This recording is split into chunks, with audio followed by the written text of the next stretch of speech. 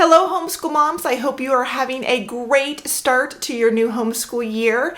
I wanted to share with you in this video some supplemental resources that I have pulled out of my curriculum tubs to use with my kids this year.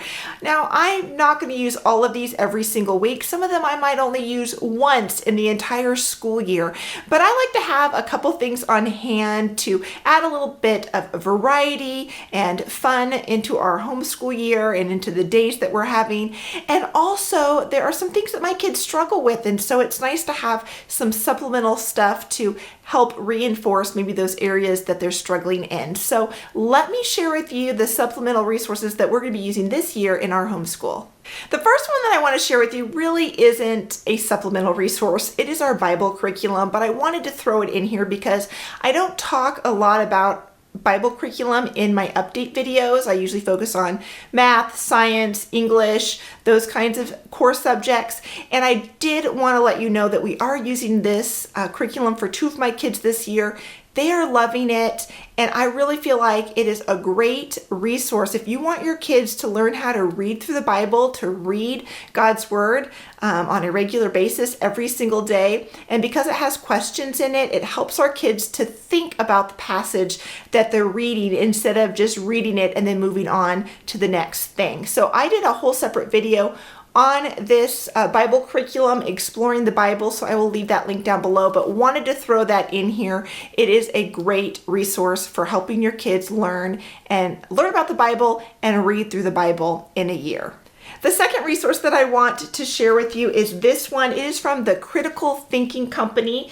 It is called Mindbenders. This particular one is for grades 3 through 6th grade, so 3rd through 6th grade. And I picked this up at a used curriculum sale years ago. So hopefully it is still available, and I will link to it down below if it is. But this is just a great resource to help my kids to think critically. What I love about it is that you can print off as many copies as you want for your own use in your own home or classroom. It's got a little kind of critical thinking problem here, and then they work the problem out over here. And so I actually have found that I don't like printing this off for each kid. And here's why. Because I don't want to waste paper, and they really need this to be side by side. So they need to be reading the problem while they are working through using the grid. And so I end up having to use two pieces of paper. I can't do this front and back. So here is my little trick that I have done. I took a page protector, okay? So just one of those page protectors that you can get at any office supply store or at Walmart. And I have, let me show you. Normally you slide the paper in the top. I cut off one of the sides so that it opened on two sides, and I can slide that over the corner of the paper. So let me do that here. Okay, so hopefully you can see this. I can just slide that over the paper there, and then my student who's working on this at the time can read the problem. They can do the work over here. There's answers in the back, so I can check it or they can check it, make sure they got it right. They can erase it, and then the next child that's going to use it can then have their turn on it, and they can just slide this page protector off and move it to the next problem for the next day or whenever we're going to use this again. So these are fun just to implement into our home to kind of help my kids to think a little bit more critically, and they're fun to do as well. The next one that I want to share with you is for memorizing multiplication facts. This is Times Tables the Fun Way. I picked this up for a child of mine who is really struggling with memorizing multiplication facts. And when I first learned kind of about this whole method of learning times tables, I thought, this is kind of lame. I mean, why can't a student just memorize 3 times 7 is 21? I mean, what is difficult about that? But I have realized God has humbled me, and not all of my kids learn the same way. And so this method of having a story and a picture, a visual image to help memorize the times tables, that 3 times 7 is 21, and here you see the 3 and the 7, and you see the 21.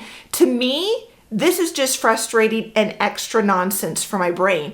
But for some of my kids, this is what they needed to make the multiplication facts stick in their brains.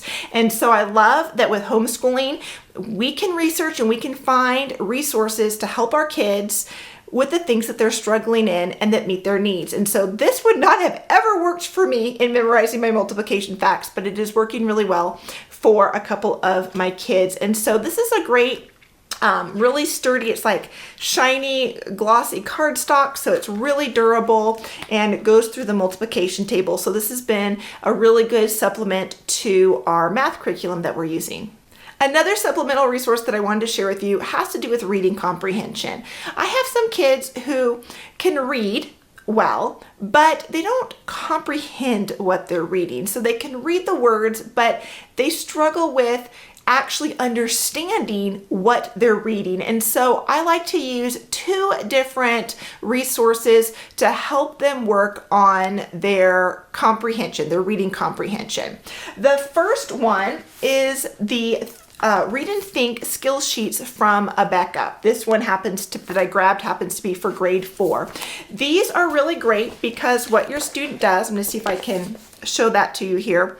There is just a sheet here, and up at the top it says how long your student has to read the passage and to do the work on the other side. So these are timed. They would read the passage. Well, you'd rip the page out. They'd read the passage and then they'd flip it over, and there's problems on the back, questions that they need to answer that have to do with that story. And so it's really helps kids to be able to concentrate on what they're reading, to be able to read a passage in a short amount of time, and to try to gain some skills for being able to comprehend that. And then obviously we can check that comprehension by if they can answer those questions or not. So this is a resource that I have used over the years with various kids just to work on reading comprehension. So one of the things with the Read and Think from Abeka is that they're consumable. So when I have a student who rips out the page and does it, I don't have that to use for another student. And so these are great, and I try to pick them up. I try to pick them up used, because a lot of times people will use them and not use all of the sheets in here, and I'm fine not doing every single one in here. I rip out different ones for different kids throughout the years. But I do like things that are non-consumable that I can reuse over and over again. So that's why I really like these workbooks here. They're McCall-Crabbs. They're called Standard Test Lessons in Reading. I will try to find them and link them down below. I can't remember where I purchased these, but I got them quite a few years ago. I've got book A, B, C, D, and E, I think. Yep. So different levels, and they're set up kind of the same way. Let me show you. These just have the passage that your student reads here, and then the questions to answer. And what I like about these is my student just answers the question on a separate sheet of paper, and so I can reuse these books over and over and over again. But again, two great resources for helping my students work on reading comprehension, because again, sometimes my kids are good readers in the sense that they can read all the words on the page, but they don't actually comprehend what they're reading. And so these are two good supplemental resources that I've used with a lot of my kids over the years, and am going to be using this year as well. The very last supplemental resource that I want to share with you is two workbooks that have to do with pattern blocks. And honestly, you could get any workbook that has to do with pattern blocks. Obviously, if you're going to use these, you have to have pattern blocks. If you're not sure what pattern blocks are, let me show you. We have a big box of pattern blocks. You certainly don't need a whole tub full of pattern blocks like this, but when you've got 7 kids and they like doing things together, and I like doing things with them, you have to have a lot of pattern blocks. So I've collected some over the years. That's the great thing about used curriculum sales and knowing other homeschool moms who are done with their homeschooling journey and want to pass things on. So I've accumulated some over the years, and so we've got these pattern blocks, but they're just different shapes. Each shape is a different color. And they just help our kids to kind of think mathematically, to think critically about things. So let me show you the workbooks that I have, that I've used over the years. I honestly don't even know if these ones are even available anymore, but if they are, I will link to them down below, and if not, I'll give you some alternative ones. So the first one I want to share with you is this one. This is Pattern Animals. This is for 1st grade through 3rd grade, but honestly, all my kids enjoy doing these. It's just fun to sit down because here's what it is. You open it up and there's different animals on here. So here's a horse, here's an impala on this side.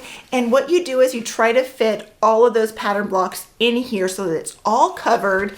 And you get them all in. And so our kids really have to think critically. They have to think about shapes and how they work and how they fit into different spaces. And so there are some of these that are really challenging, and even my older kids and I have to take some time to think these through. So these are just a fun thing to do with my kids. So that is the Pattern Animals. It says 1st through 3rd grade, but honestly, I think it's fun for all ages. This one is called Pattern Blocks. It is put out by the Ideal School Company. And what I like about this one is it has a variety of worksheets that I can copy off for each of my kids. And it covers a lot of different things. It says it covers, you can explore congruency, similarity, symmetry, area, and perimeter. Lots of things about geometric shapes, how shapes are alike and how they're different, the relationship between sides and angles. So all of that is in here with a whole bunch of different types of worksheets that your student can do. And so these are fun just to pull out. I photocopy for my kids, and we'll just do that for just a fun extra activity to do with the pattern blocks. So those are all of the supplemental resources that I'm going to be using this year with my kids in our homeschool. I've got other ones, but I like to pull out some different varieties each year to use with them. But I'd love to hear from you. What supplemental resources do you like to implement into your homeschool? Share with me down below in the comments. Maybe they're workbooks, maybe they're more hands-on activities.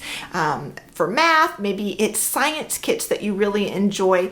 I'd love to hear from you because it's always fun to learn about new supplemental resources that we can add into our normal curriculum to make learning more fun, more enjoyable for our kids.